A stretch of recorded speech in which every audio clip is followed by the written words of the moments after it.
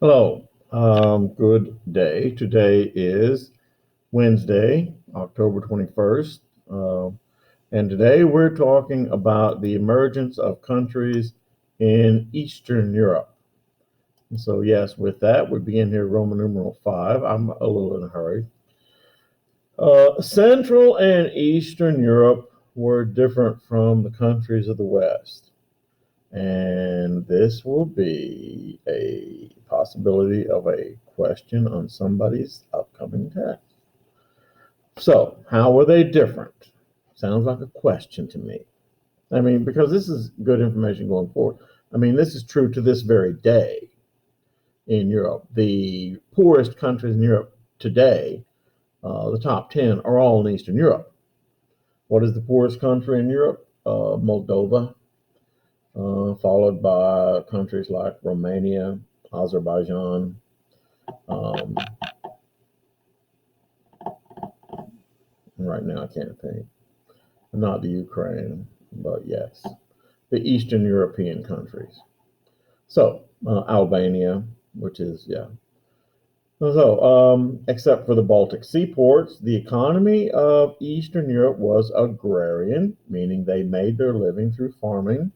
And farming is, nobody's going to sit here and talk down about farming, but at the same time, it is not the most lucrative of professions, especially when an entire region just simply farms. Because when you farm, unfortunately, so much of the determinants of how much you can make is out of your hands.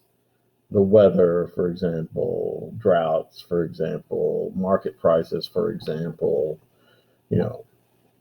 All right, so there are fewer cities than in Western Europe, and most of the country of Eastern Europe was populated by serfs, not peasants, serfs. And keep in mind, serfs are more like slaves.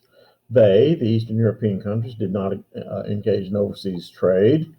As it says there, their farm products were by and large transported on Western European ships, aka the Dutch.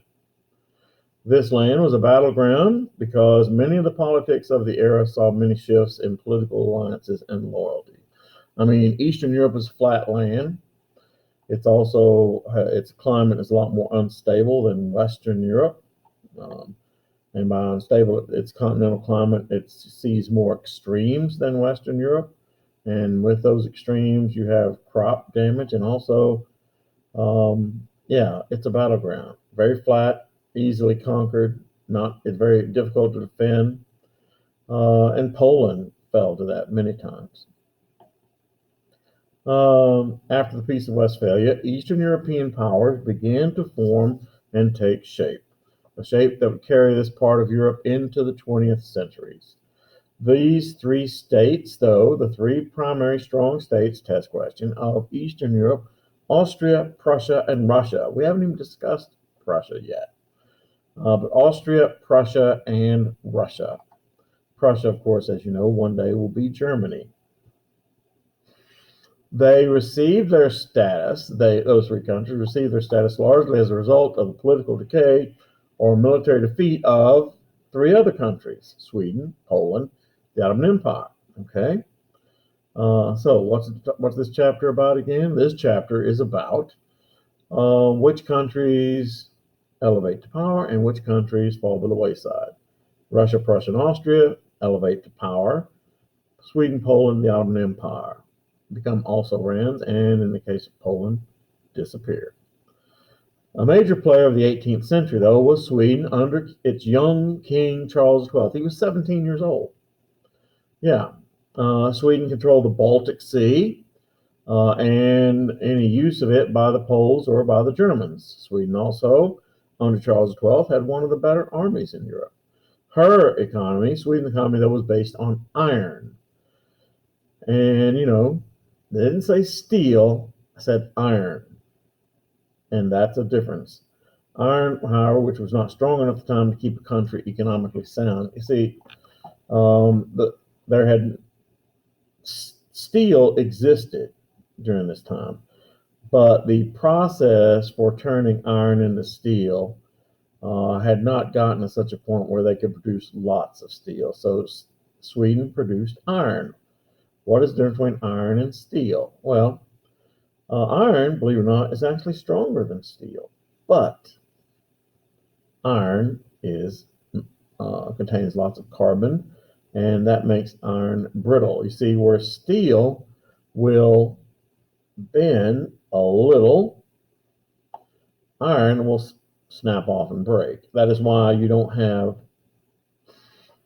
iron bridges. You have steel bridges. You don't have iron skyscrapers. You have steel skyscrapers. Because did you know, for example, that the Willis Tower in Chicago? Oh yeah, I went there too. When you guys were checking out the Blue Man Group, I went to the Willis Tower. I enjoyed the Willis Tower a lot. Maybe did you go? No. You went to see the Blue Man Group. Anyway, the Willis Tower has a sway. I mean, just think about it. The Willis Tower stands 110 stories. 110 stories. The Empire State Building only stands 102. But still, did you know that the Willis Tower has a sway of a foot at the top? Yeah. And I mean, since there's nothing blocking the Willis Tower from the North Pole and the winds that come down from there, right next to Lake Michigan, yeah. I mean, it's incredible. Going up in those things to me is just exhilarating. I've been in the every time I go to Chicago, I want to go up in the Willis Tower. It's exciting. Oh, you want to see the Blue Man Group? Oh, okay. Anyway, back to the matter at hand, shall we? But yeah, that's why they use steel and not iron. Steel has been refined. They've melted the iron down. They removed all the impurities by the impurities rising to the top. But see, at this time, the Swedes, they did not have the technology to do that for lots of metal. They can make swords out of it. Damascus steel was some of the most desired metal in the world because it made knife blades and sword blades and things of that nature. All right, anyway. So iron was not a product that could keep a country afloat. So Charles XII fought and at first defeated Peter the Great in the Great Northern War, and that's in your test, at the Battle of Narva, only then to invade Poland and allow the Russians to turn around and regroup under the young Peter the Great. Once regrouped, the Russians,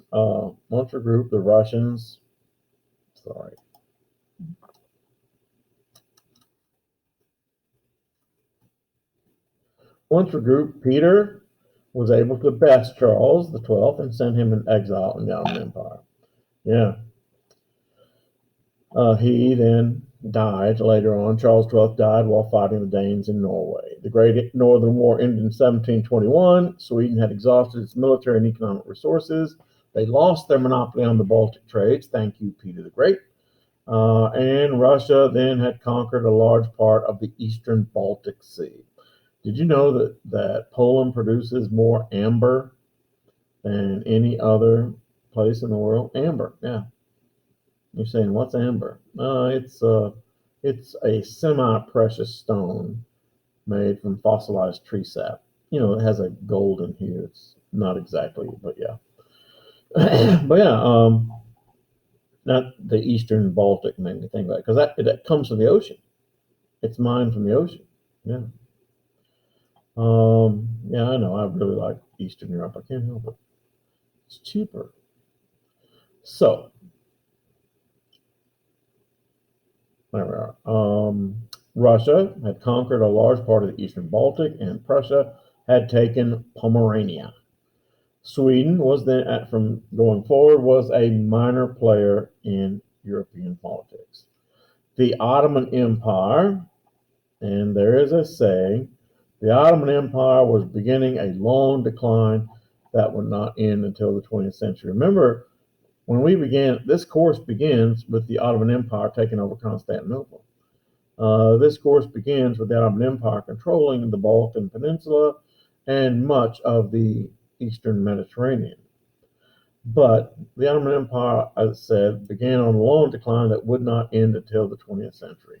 In theory, the Ottoman Empire existed to spread the religion of Islam, in theory.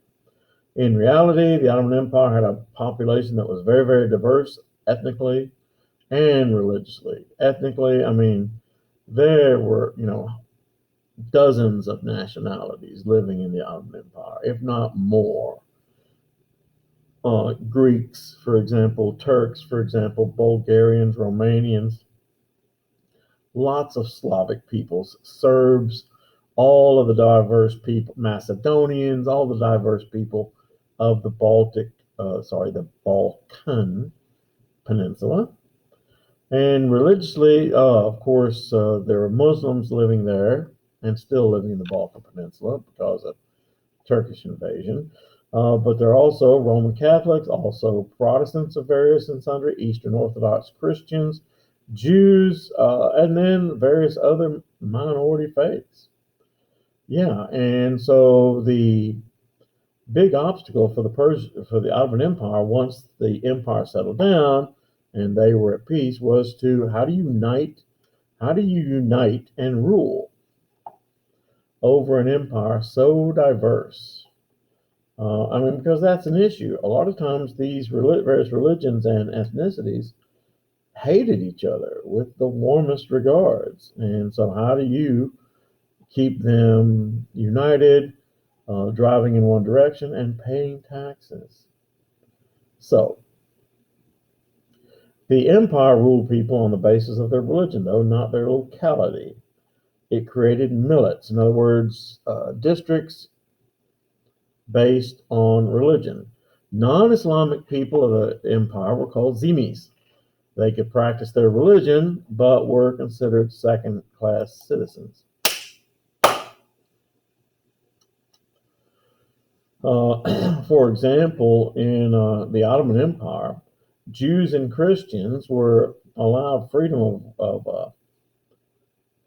worship, but they were not allowed to attain citizenship, and they could not carry weapons to defend themselves. They also could not rise in status or gain wealth. The Ottoman Empire, made its deepest foray into Europe in 1683 when it besieged the city of Vienna, Austria, unsuccessfully. Many people in this region, though, had been forced to join the Roman Catholic Church and looked upon the Turks as liberators. I mean, if you know, and you need to, if you know anything about the ethnicity, the culture of the Balkan Peninsula today, there's a significant number of Muslims who live in the Balkan Peninsula. You know what this is? This is the flag of Bosnia. It was given to me by one of my lovely students a year or so ago. And Bosnia and Herzegovina is not an Islamic republic, but it is a republic dominated by Muslims. Albania is also, which is in the Balkans, a predominantly Muslim country. And so, yeah, there's still a lot of Muslims that live in the Balkan Peninsula, and many of them became Muslims while the Balkan Peninsula was under the domination of the Turks. And like it says there, many of them rejected Roman Catholicism and looked upon the Turks as liberators.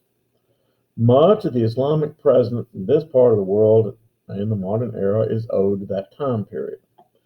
However, when the Ottoman Empire pulls out, it leaves Serbs, who were Eastern Orthodox Christians, Roman Catholic Croatians, and finally Bosnian Muslims, all three of which really hated each other to this day. I mean, it amazes me, Florence has a significant number of Serbs, and we have a number of people of Serbic ethnicity in this school, and Bosnian Muslims. Here in this part of the world, they live in perfect harmony. And Croatians, by the way. Back in the Balkan Peninsula, not a good situation. Yes. So, by the latter third of the 17th century, the Ottomans had overextended their empire politically. In other words, they simply owned too much land to be able to control. Economically, controlling that kind of land cost money. They didn't have it. Militarily, the Ottoman Empire had overextended itself. Remember that the Spanish had destroyed the Turkish fleet at the Battle of Lepanto, and so too big. And so what we'll see from now until 1918 is the Ottoman Empire shrink and shrink and shrink and shrink. The Ottoman Empire control over its far-flung areas in the Balkan Peninsula became more and more tenuous. Now, yes, there were many Muslims who supported the Turks, but there are also many Serbs, Croats, Slovenes, etc., and Greeks who really hated their Turkish masters. So by the early 18th century, this is on somebody's test. By the early 18th century, the existence of the Ottoman Empire largely depended upon the balance of power. In fact,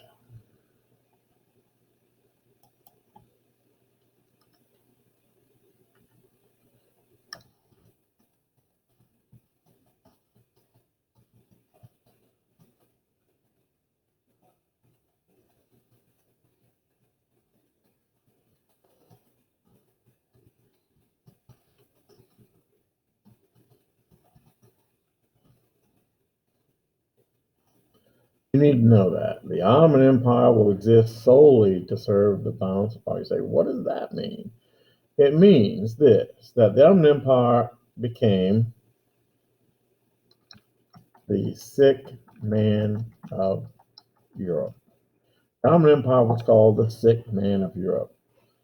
And what does that mean? It means that the Ottoman Empire became so weak, so disorganized, that any country could have, any of the major powers, England, France, Russia, Prussia, could have taken it over. And Russia wanted to.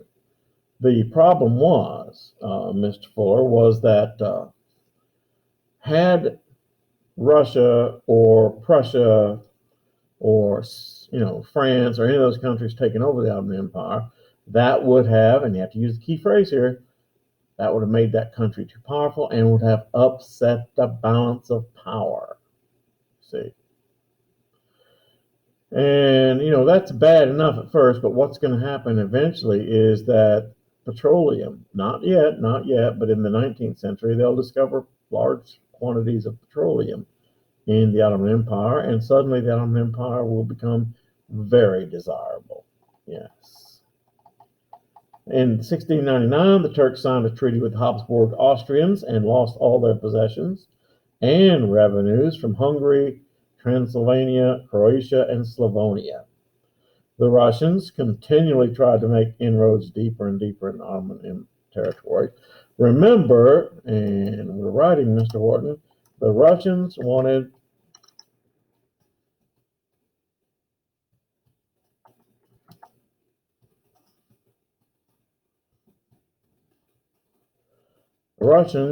the Bosporus and the Dardanelles. Please take a moment and look and find where the Bosporus and the Dardanelles are. And once you find them, you will understand why Russia wanted the Bosporus and the Dardanelles. Yes, and you need to know that going forward. States surrounding the Black Sea would continue to seek independence from the Ottoman Empire. So, Roman numeral 6, let's change gears, not talk about the Ottoman Empire anymore. Let's talk about Poland. Go to Poland. It's, if you don't have a lot of money and you want to see Europe, and you want to learn about history, and you want to be treated nice, because I want to tell you, not everybody in Europe, believe it or not, loves Americans. But they do in Poland. And in Poland, if they're under 40, they can speak English. And Poland's cheap. Yeah. I remember we stayed in a legitimate 3-star hotel in Poznan for about 10 days. And it only cost $70 a night. And it was a legitimate 3-star hotel. Had maid service, a very nice, it was very nice, very clean hotel, and people were very nice. And yeah, everybody spoke English to us. So the collapse of Poland. In other words, Poland is going to get absorbed by Russia, Prussia, and Austria. Learn to say it. Russia, Prussia, and Austria. Russia, Prussia, and Austria. Russia, Prussia, and Austria. The collapse of Poland was one of the great tragedies of this era and would not be remedied until 1918, when Poland is recreated after World War I. In 1683, King John Sobieski, who was one of the greatest kings in Polish history, next to Casimir the Great, and you're saying, I don't know either one of those. Maybe you should. Kazimierz the Great, sorry. King John Sobieski led a large Polish army to help the Habsburgs beat back the Turks in Vienna. The nobles in Poland, however, would not be controlled. The nobility elected Polish kings. And because the nobility in Poland, none of them liked or trusted each other, they never would elect a Polish king. Most Polish kings were foreigners. I mean, get your head around that. And also, as foreigners, were tools of foreign powers. Polish nobles did, however, have a ruling body called the Sejm, or Diet. Remember that word, Diet means council. It included only nobles and specifically excluded the representatives from corporate bodies, such as towns and cities, on the Diet, on the council. In other words, there were no commoners on the council. It was all nobles. However, there was one loophole in this arrangement that was known as the Liberum Veto. It was a major weakness. By the way, did you know that Poland was the second country in the world to have a constitution? Yeah, second country in the world. Did you also know that when you saw Ferris Bueller's Day Off last night? I mean, the TV channels are so desperate. CBS was it CBS? Yeah, I think it's CBS. On Sunday night broadcast Ferris Bueller's Day Off. That movie's older than you are. It's a great film. I mean, don't get me wrong. It's a great film. It's a wonderful film. But in the film Ferris Bueller's Day Off, of course, the biggest scene that everybody remembers is when Ferris somehow gets on board the float of this parade and sings. I mean, Ferris Bueller is a great film. It's about three kids playing hooky their senior year of high school and escaping into Chicago to play hooky. And like I said, in the climactic scene, Ferris Bueller goes in there and gets on a float in a big parade. Well, here's the thing. My son and I used to go to Chicago with the Covcath Art Club. My son didn't do art, but you see, I had a van and they wanted me to drive and be a chaperone. And I said, I'll drive if I can take my son Wes. And they said, okay. So for like 4 years in a row, we went to Chicago with the Ferris Bueller tour. That's what we call it, the Ferris Bueller tour, because we did all the things that Ferris Bueller did. Cubs baseball game, went to the art museum, and yes, there was a parade. But here's the thing. Most people, when they watch that parade, they say, oh, that's a German parade of some kind because of the costuming. It's a Polish parade. I mean, and there's a large population of Poles who live in Chicago. How do you know that, Mr. Horton? Well, so I go to Chicago with these teenage boys, and we stay in a very old hotel, the Congress International Plaza, which is right on Michigan Avenue, which is right in the heart of downtown Chicago. It's a very old hotel. It's okay, I guess. I mean, the thing had to be built around the early part of the 20th century. But the furnishings, they're nice. But I'm in there staying in rooms with boys. And I have to get away from them. And so when we had downtime, we were at the hotel, I went downstairs and just sat in the lobby. just to be by myself, write out postcards, those kind of things. So I'm sitting there, and suddenly, I'm sitting in a couch that's here. No, I'm sitting on a chair that's right here, and there's a couch right here at 90 degrees next to it. And so I'm sitting there, and two women come down and sit there. And those two women, they must have been somebody dealing with the parade, because suddenly all these people begin coming in, and they're all dressed in costumes like you saw on the fluff skirt, and the hoops, sleeves, and very traditional Polish costumes. How do you know it's Polish? I ask. Thank you. And they come in, and the two women who must be somebody are sitting there, and they would come in and they would shake hands with each woman, and each one woman, second woman, and they turn to me and they'd shake my hand. I mean, so one after another, and like for 30 minutes straight, my hand was being shook. I mean, you think, why don't you get out of there? It was a nice chair. I thought it would end. But I'm sitting there, and you would not believe it. I mean, this parade is really something. Now, once again, that Poland is one of the most Catholic countries in Europe, if not the most Catholic country. It's them and Ireland. And finally, the Archbishop of Chicago, and that's a big thing, comes in there, has an entourage following him. And sure enough, and by the way, this time I'm wearing a black sweatsuit, and it says Covcath Soccer on it, big as day. And you got to remember, once again, a lot of Catholics live in Chicago, and I remember the Archbishop. You got to be Catholic to get what it means to have the Archbishop in front of you, even today. He's royalty. And so, I'm just sitting there. In comes Archbishop and his entourage. Sure enough, shakes hand with one woman, shakes hand with the other, looks at me, looks up and down at me. I stand up. He shakes my hand too. And I said, it's time for me to leave. But no, that was the parade. Yeah, I mean, it's a Polish parade, because there's such a large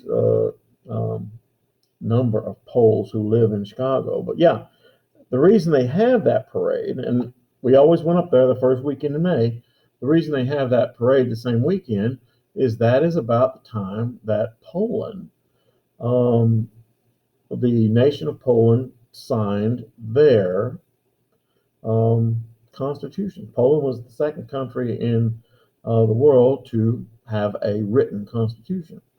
The problem was their constitution didn't last very long. They were absorbed later on that same year in 1793. So their constitution didn't do them a whole lot of good by Russia, Prussia, and Austria. Anyway, one of the loopholes in this arrangement, I like Poland. I can't help it. And this arrangement was known as the Liberum Veto, in which one determined noble could derail any motion.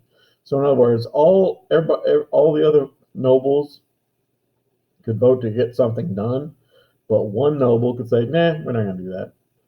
So you can imagine, so that means that this parliament didn't get a whole lot done, not if you allow one person to block it.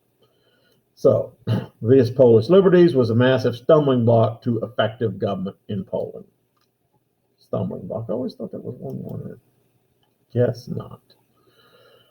Nobles paid no taxes in Poland, and there was no way to effectively gather enough tax revenues to maintain a standing army, and that would lead in 1793 to the dismemberment of Poland by Russia, Prussia, and Austria. Say it again. Yeah, Russia, Prussia, and Austria. Poland's going to disappear until 1918 as a country. Okay. Where am I? The Habsburgs of Austria were one of the dominant ruling families of the time and would rule Central Europe until 1918. The Treaty of Westphalia, that had ended the 30 Years' War, brought an end to the close relationship between the Spanish Habsburgs and their Austrian cousins. Germany at this time was still a set of 300 semi-autonomous states who were technically under the Holy Roman Empire and were a territory that both Austria and Prussia tried to control. What does that mean, Mr. Horton? It means that, okay, all Austrians are German, but not all Germans are Austrian. All Prussians are German, but not all Germans are Prussian. Do you see? It's set and subset. When you say German, you're talking about actually a significantly large number of different German ethnicities, Bavarians, Badens, Hanoverians. Don't ask me to name them all because I cannot, but still, And the two major states during this time are Austria to the south, under the Habsburgs, and Prussia to the north, under the Hohenzollerns. And each of them will compete with each other for leadership of the greater German states. Okay? All right. Understand that? So, Austria continued to not only try to control German states, but also other states in Central Europe. And see, that's one of Austria's problems. The Austrian Empire, unlike the Prussian Empire, the Austrian Empire was a multi-ethnic empire, many of whom really hated the Austrians. They weren't German, they didn't speak German, didn't want to speak German, didn't want to be German. But on the other hand, Prussia will build an empire that is pretty much all German, even though the Prussians were annoying to the nth degree. Yeah, goose-stepping, very militaristic, very pushy. Anyway, this empire, the Austrian Empire, included the former Spanish Netherlands, Lombardy in Italy, and for a while, Naples. The most difficult of those possessions, however, were the Magyars of Hungary. You do remember Hungarians speak Magyar because they're also called Magyars as a people. King Leopold I, however, was not able to suppress the Hungarian uprisings and even conquered much of the Balkan Peninsula and western Romania. When Charles VI succeeded Leopold, he had no male heir. All right, there it is. Big problem. Charles VI, the the emperor of the Austrian Empire, died, had no male heirs. However, he wanted Austrian landholdings to be respected under the rule of his daughter Maria Theresa. And so he petitioned for the most part a guarantee in what is called the Pragmatic Sanction. All right. Now, what is the Pragmatic Sanction? So Charles VI had nothing but girls. He knew that when he died, Austria would have a queen.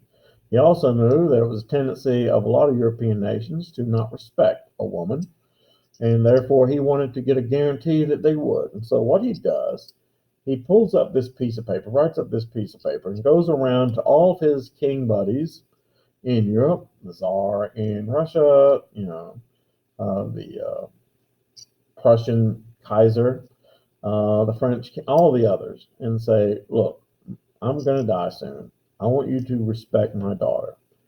And this document was called the Pragmatic Sanction. They all signed it. However, this sanction was not secure enough, nor did Charles leave a full enough treasury to protect Maria Theresa. This will become known as the War of Austrian Succession, which we'll talk about later, in fact, in Roman numeral 8. But right now, just know this sanction, Frederick II, also called Frederick the Great of Prussia, said, you know what, my father signed that piece of paper. I never liked my father, therefore I'm going to do what I want to. And he took over the province of, test question, I saw it myself, Silesia. And Maria Theresa had to fight to protect her empire. And this war that we're going to talk about, not today, but tomorrow, becomes known as the War of Austrian Succession. I told you it was coming. You have the War of Spanish Succession, about who would be the next king of Spain.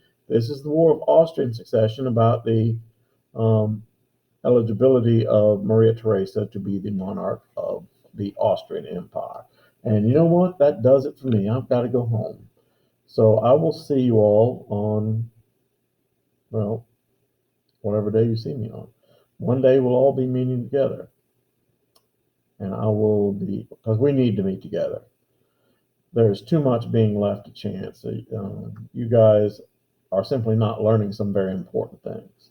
And I mean, it's like too many guys are giving me the deer in headlights look when I ask you these questions. And either you're not listening to the lectures well enough, or simply because I'm not there, you may not even be listening. And it does bother me. I noticed that on this last test, it looked like a lot of the answers to the open response questions came from the same source. And yeah, you're not getting it. So after that yelling, I'm sorry, I'm going to go. Have a good day. Goodbye.